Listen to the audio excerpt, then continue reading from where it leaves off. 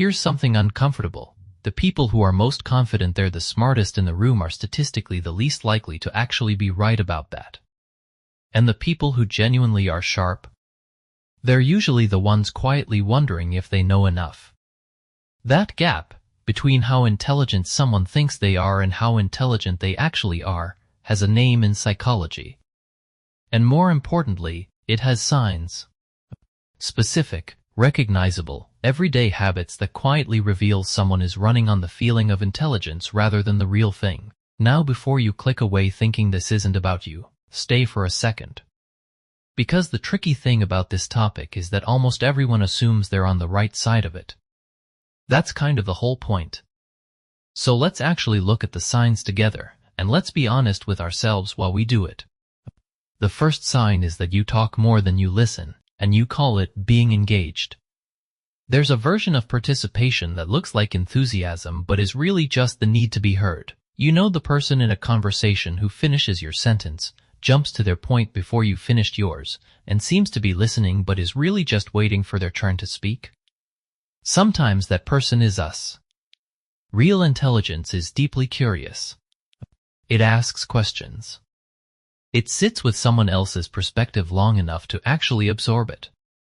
But when someone is more invested in appearing smart than in actually thinking, they instinctively fill silence, because silence feels like a gap in their performance. If you learn something every time you talk, you're performing. If you learn something every time you listen, you're thinking. The second sign is that you confuse complexity with depth.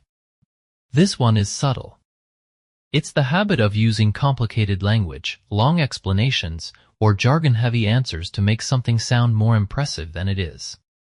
And here's the tell. If you ask that person to explain the same thing more simply, they can't. The complexity wasn't a byproduct of deep thinking, it was the disguise. Genuinely intelligent people can make hard things simple. That's actually one of the clearest markers of real understanding. Richard Feynman, the Nobel Prize-winning physicist, had a rule. If you couldn't explain something in plain language, you didn't understand it yet. Not well enough, anyway. The ability to simplify is a superpower. The need to complicate is often a cover.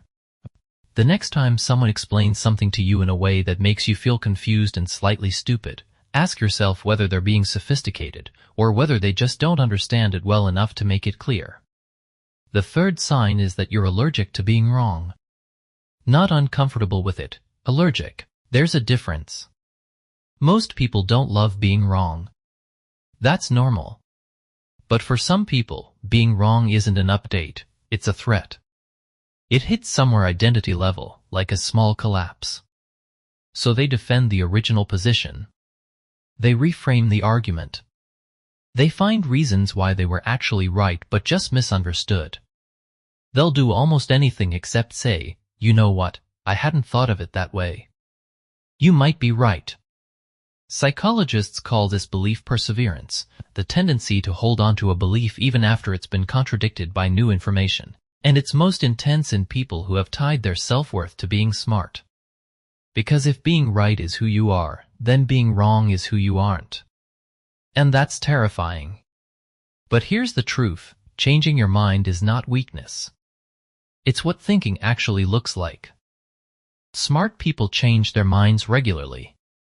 They collect better information and update accordingly. If your beliefs from 5 years ago are identical to your beliefs now, you haven't been thinking. You've been defending.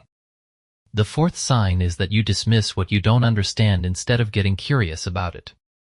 Pay attention to how someone responds to an idea that's outside their knowledge. A genuinely curious person leans in. They ask questions. They're willing to sit in the discomfort of not knowing, but someone who is more invested in appearing knowledgeable will often react with dismissal. That's oversimplified. I've heard that before. That doesn't really work in practice, without ever actually engaging with the substance. Dismissal is fast. It requires no effort. It gives the feeling of intellectual superiority without the actual labor of thinking. And the less someone truly understands something, the more confidently they'll often dismiss it, because engaging with it might reveal the gap. Curiosity is an act of intellectual courage. Dismissal is usually an act of intellectual self-protection. The fifth sign hits a little closer to home. You feel threatened by other people's intelligence. This one's quiet, but it's telling. When someone genuinely smarter than you walks into a conversation, how do you feel? If the honest answer involves discomfort, deflation, or the urge to find a flaw in what they're saying, that's worth sitting with. Genuinely confident thinkers feel energized by people who are smarter than them. They're not threatened, they're curious. They want to understand how that person thinks, what they know, how they got there. Because intelligence isn't a fixed position on a leaderboard. It's a direction you keep moving in. And smart people know they have more to learn. The need to be the smartest person in the room is almost always a sign that the room makes you feel insecure. Truly intelligent people aren't trying to be the smartest. They're trying to get smarter. The sixth sign is that you give opinions on everything, including things you know almost nothing about. There's a special kind of confidence that comes with having an immediate take on every topic. Politics, nutrition, economics, foreign policy, psychology, it doesn't matter. The opinion is ready before the question is fully asked. The problem isn't having opinions. The problem is having equally confident opinions on everything, regardless of how much you actually know. Because if your opinion on a topic you've studied for 10 years carries the same certainty as your opinion on a topic you heard about last Tuesday, that's not confidence. That's a blind spot. Intellectually honest people say, I don't know enough about this to have a real opinion, more often than most. It takes courage, actually. Because in a culture that rewards confidence, admitting uncertainty can feel like losing points. I don't know is not a defeat. It's the beginning of actually finding out. The seventh sign is that you surround yourself with people who always agree with you, and you call it good energy. Your social circle is a mirror. And if everyone in it consistently reflects back your exact worldview, your exact politics, your exact taste, and any deviation creates friction, that's not a community. That's an echo chamber. And echo chambers feel comfortable because they're never challenging. But comfortable and growing are usually opposites. Real thinkers seek out people who push back, not conflict for conflict's sake, but people who think differently enough to show them a perspective they hadn't considered. That kind of friction is how ideas get stronger. Without it, they just calcify. You can't grow in a room where everyone agrees with everything you say. The eighth sign is the quietest one. You stopped being genuinely curious a long time ago. Think about when you were a kid. Questions came naturally. Why does this work? What happens if I try this? What's on the other side of that? Curiosity was the default setting.